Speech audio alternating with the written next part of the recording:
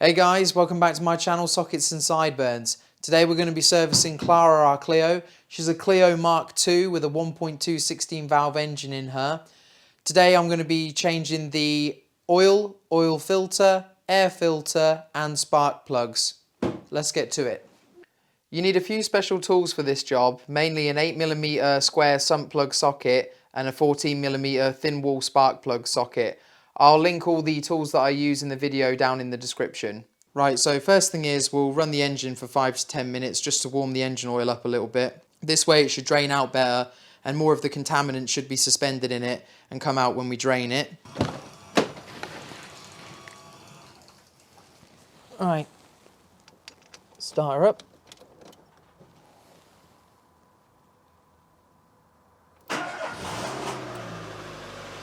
Right, that's 10 minutes idling now.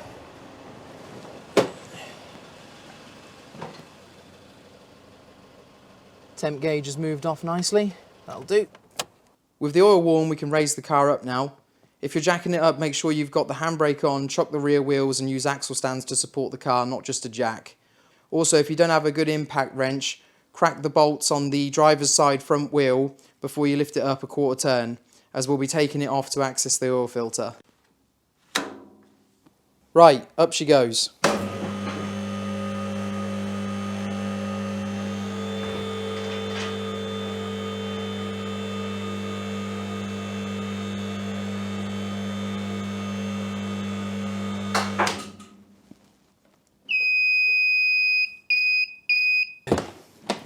Okay, we'll pop the bonnet up.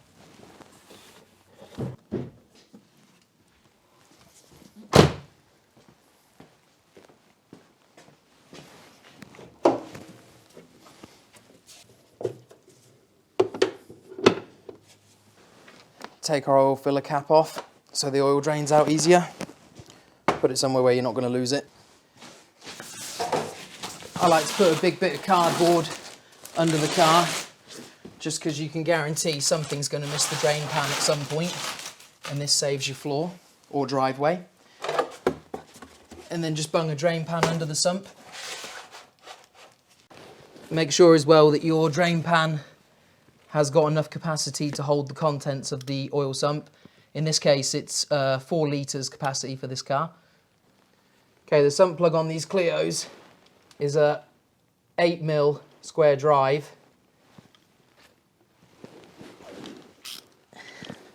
Just break that drain plug loose. And then try and keep it, if you can, press into the sump as you extract it.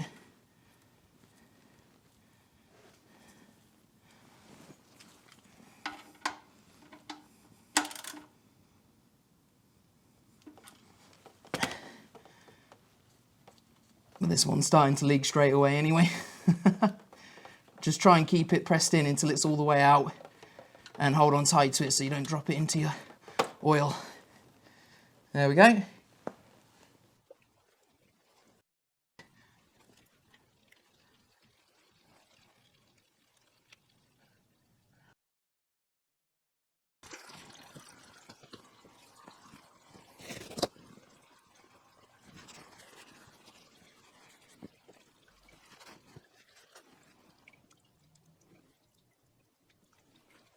Now while this just finishes draining out, we can change the copper crush washer on the sump plug.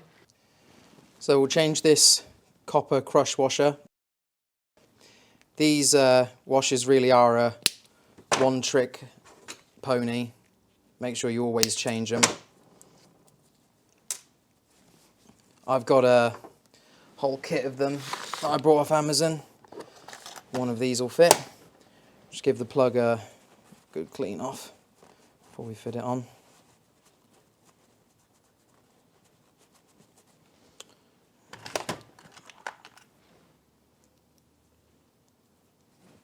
There we are, ready to refit. Okay, that's down to just a dribble now. We'll give the sump plug washer's sealing area just a quick wipe off. And then refit this plug in by hand to start with.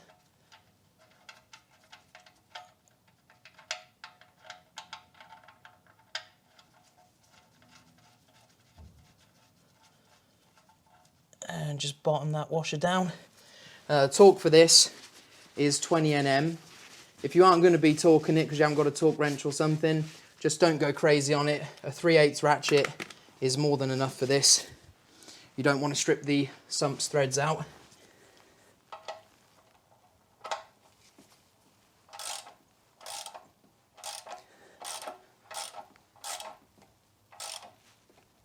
And we'll just check that torque now. Right, as I say, 20 Nm for this one. Perfect. And just give the plug area a quick blast off with some brake clean, something like that, and a last wipe over.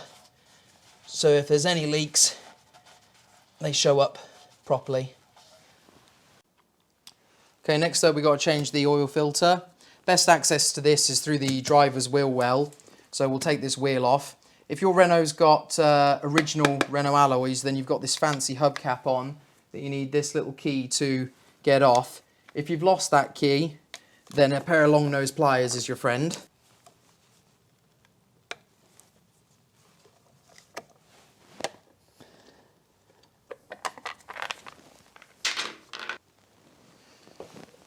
These wheel bolts are 19mm.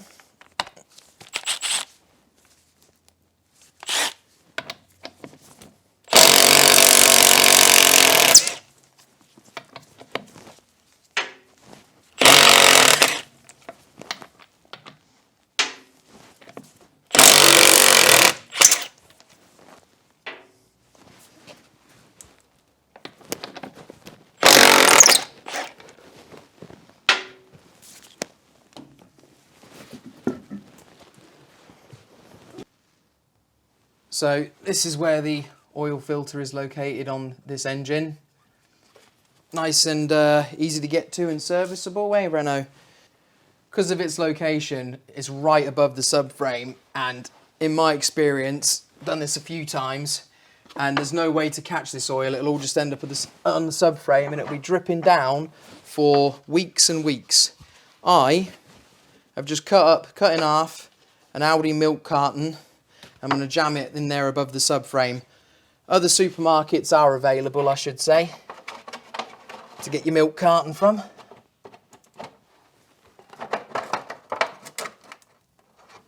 And hopefully that'll catch a fair chunk of the oil. Okay, so this oil filter, as you can see, is a canister type on these. I fitted this one on last time, so I know it was only put on hand tight, but 9 times out of 10, there is no danger that you'll be able to get it off by hand, because they seem to just seize on. Yeah, no chance. So I like to use this laser strap type wrench for getting these off. It fits in there nice.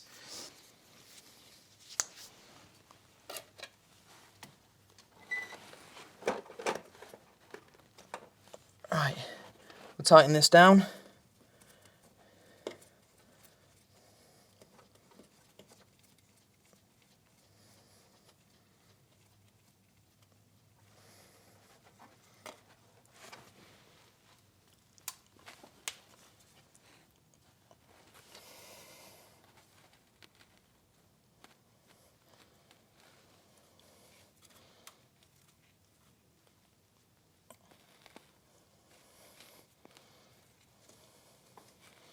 There we go, that's cracked loose.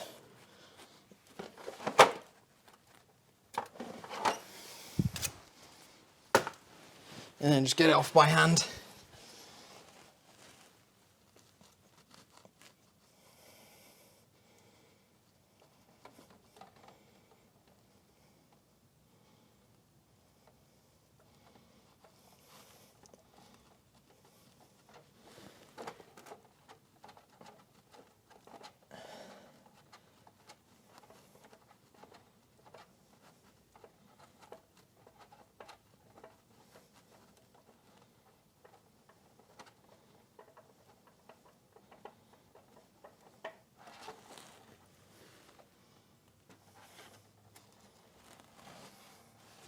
As you can see, that little milk carton trick works a treat.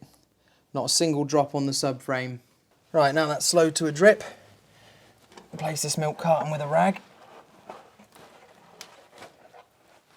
just because it's still dripping a tiny bit.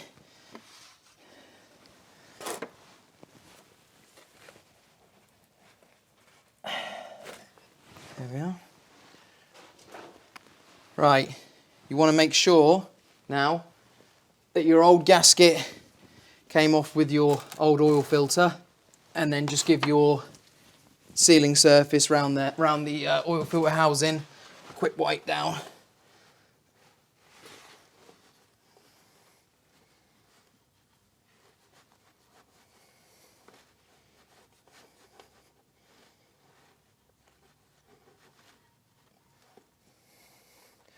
And as I say, make sure there's no traces of the old seal from the old filter on there, otherwise your new one won't seal up properly. Just wants to be bare metal on the oil filter housing.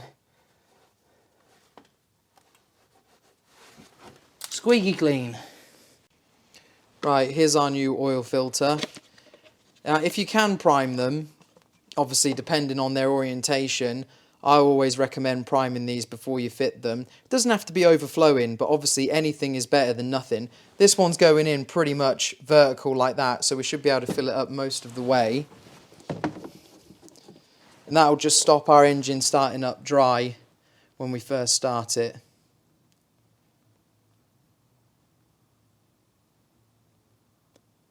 Just pour it in and let it soak into the filter medium.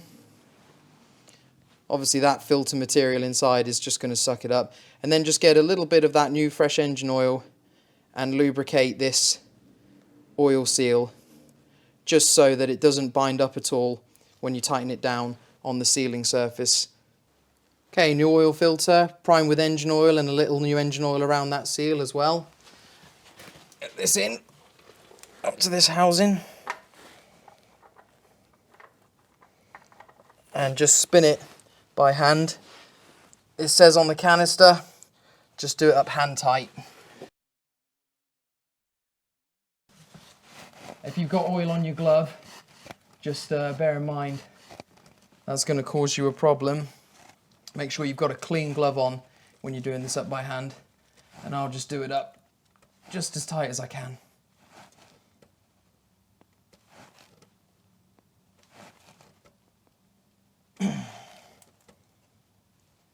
There we are.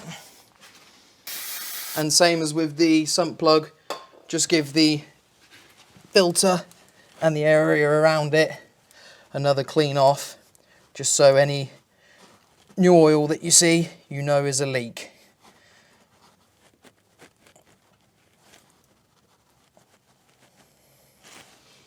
Stick our wheel back on.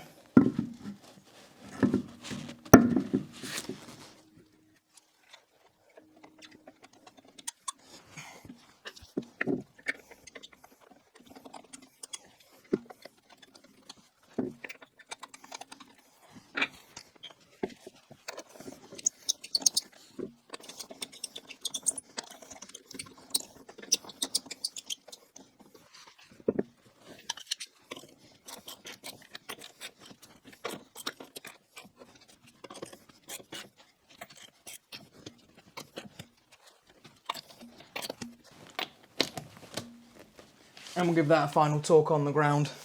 Right, down she comes.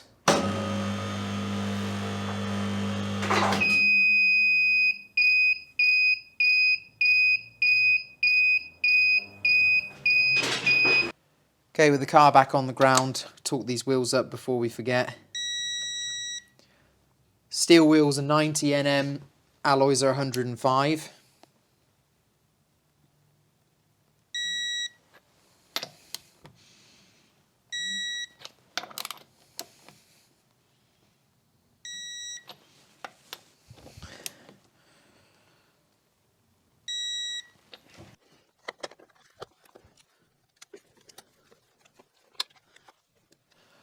Okay, now to fill her back up with oil, I'm using 5W40.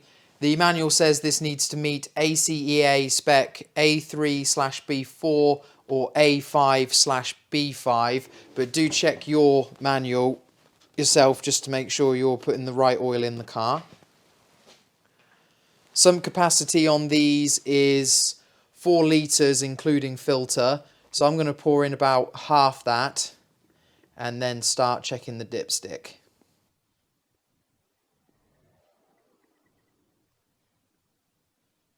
Okay, that's about 2.5 litres in there now. So we'll have a look at where we are on the dipstick. The dipstick's the real gauge of how much is in the engine. You might not get it all out every time, so don't just blindly pull the full amount in there. Okay, we are just below the min. Might be a bit hard to pick up on the camera. So we'll add in another half litre or so, I reckon.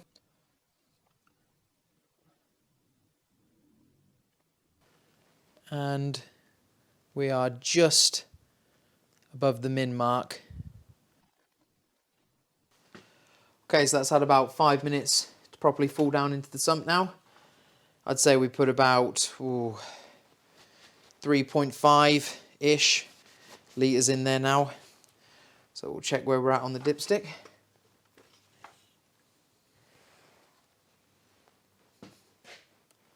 That is just below the full. I'm not sure it's showing up very well on the camera, but just below the full marking, so that's perfect. So, we'll bung the oil filler cap back on and start it up to circulate that round. And make sure that your oil light goes out promptly.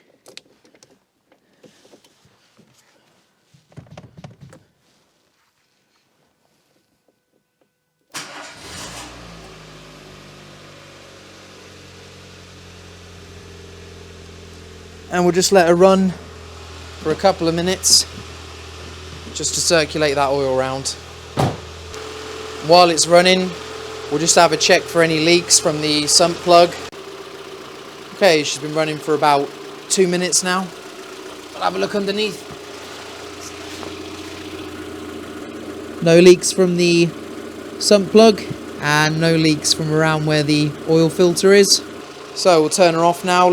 Alright, that's been 10 minutes since we turned the engine off, so all the oil should have had an opportunity to fall back into the sump now. We'll recheck the level as it might have gone down a bit, because might have had to fill the filter up a little bit. Just below the full mark, that's perfect. Okay, now we're going to change the air filter. It's living in this engine cover / air box on the underside here. So we'll pull this PCV hose off, tuck it in that little keeper there.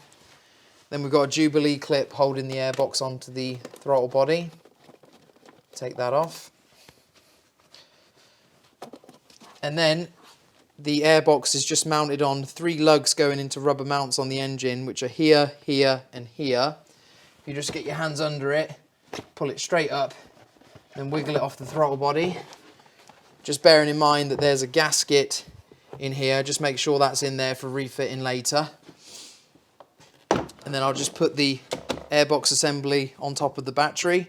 Then we can take out these 4 T25s to get at the air filter. You can remove the airbox if you want to, say if you wanted to take it over to the bench for cleaning or something. You just pull these 2 tabs out and then that hose just pulls off and you can take the whole airbox away to the bench. Alright, we'll whip these 4 T25s out.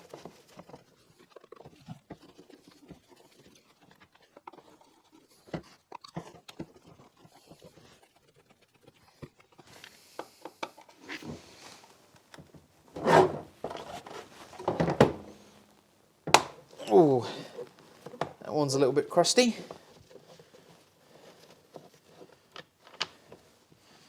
And then we can just lift that cover off and our air filter's in here. If you've got any oil residue or anything like that in here, just be sure to clean it out now. Could be some from the PCV.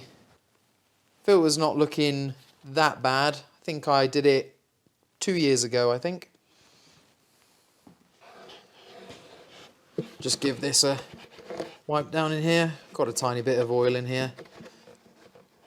As I say, it's just from the PCV. It's nothing major, nothing to worry about. Alright, here's our shiny new one.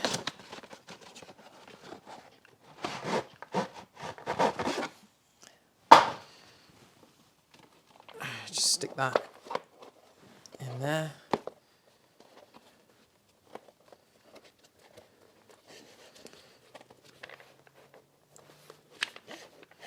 Make sure it sits down nice and that your seal doesn't get displaced when you fit it back in.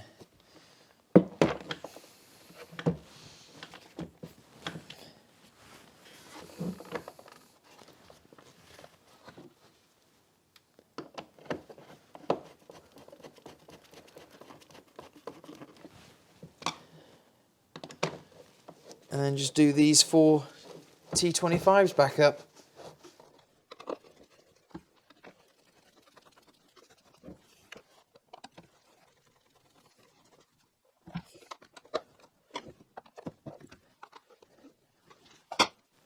Right, we'll leave this air box here, because next up we'll be changing the sparks. Okay, so to change the spark plugs on this engine, first thing we'll do is just unclip the wires for the HT leads, just to give us a little more wiggle room on them. Now you don't want to muddle these leads up, they need to go to the correct spark. Each HT lead needs to go to the correct spark. You could either wrap some tape around each wire and number it, bearing in mind the cylinder number 1 is on the flywheel end here, so it's 1, 2, 3, 4. Or you can just take them out one at a time and refit them one at a time, so there's no danger of muddling them up, which is what I'm going to be doing. So we just pull the HT lead straight up. Don't pull it by the wire or you might fracture the connection. Just pull the plastic part here straight up and out of the spark plug tube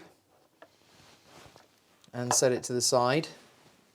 Now it's a good idea to just blow the spark plug wells out with compressed air, just in case there's any debris made its way down into here. When you take the spark out, it might go into the cylinder, so just give them a quick blowout with some compressed air if you have any.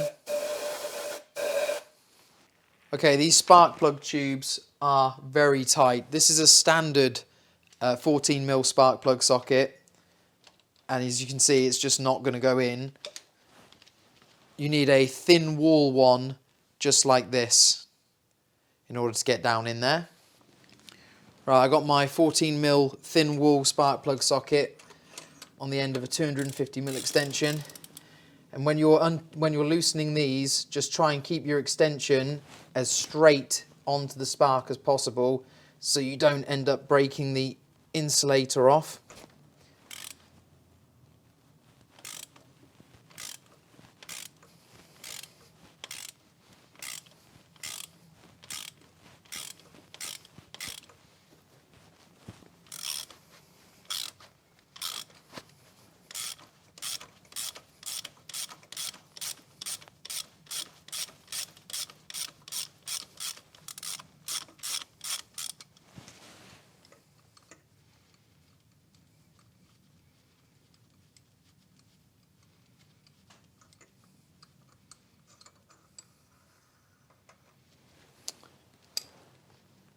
And there's our plug.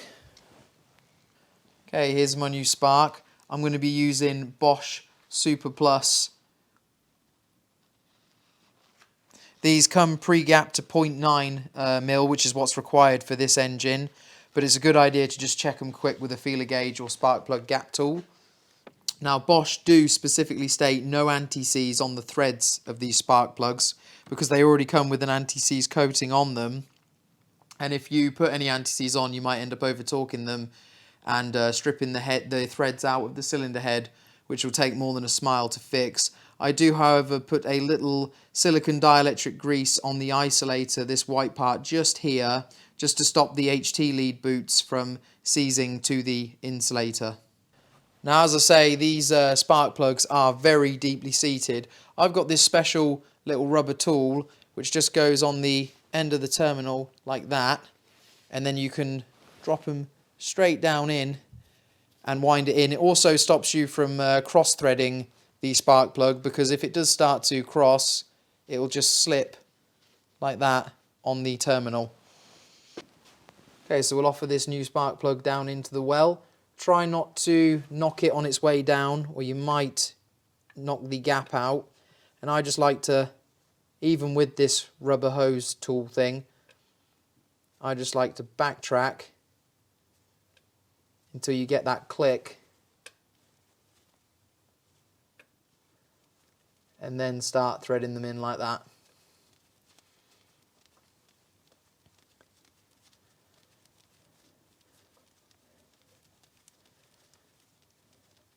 And this will run them in most of the way until it starts slipping on the terminal.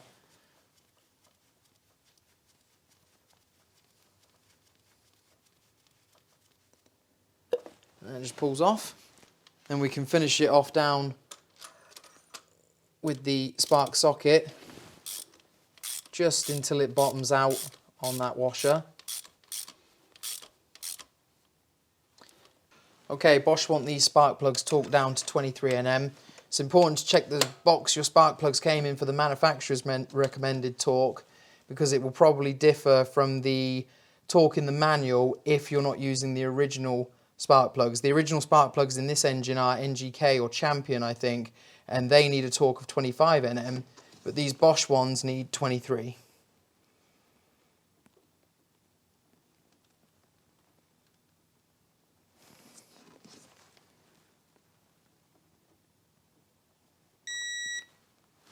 There we go.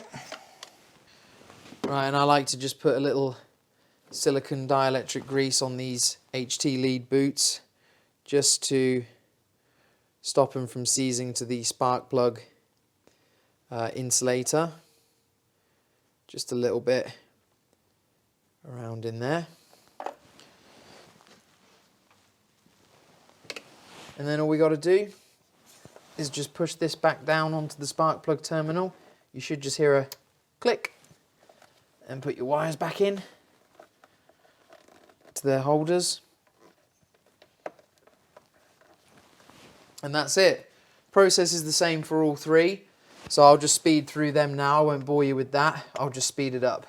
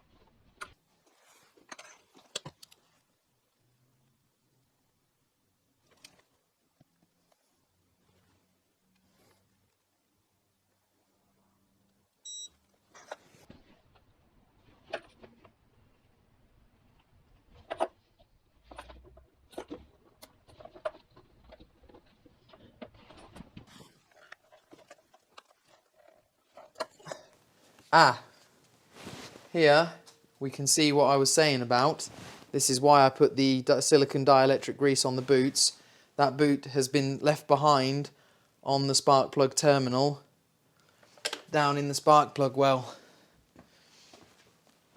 Now the only way you're going to be getting these out is with a long pick or something like that. We can just about manage to get down in here and coax it out.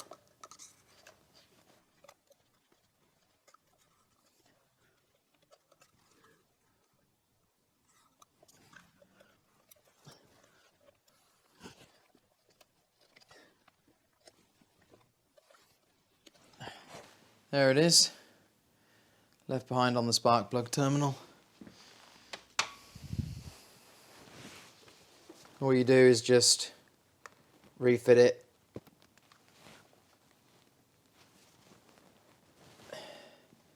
back into the HT lead.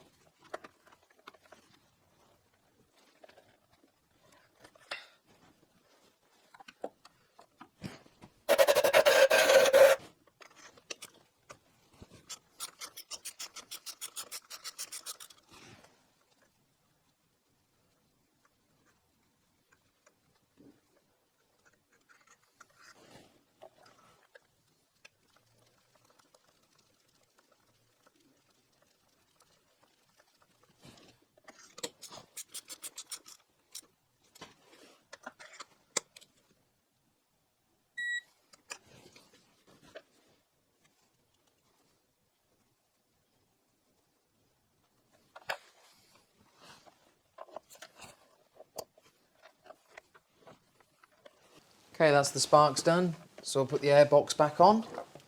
Just bring it round. Make sure you've got that seal in there to go over your throttle body. And just wiggle it onto the throttle body. Line it up with the lugs and then just push down. PCV hose back on. And we'll just do up this Jubilee clip. Just ensure you get the cutout in the Jubilee clip to go over the top of this little tab on the airbox.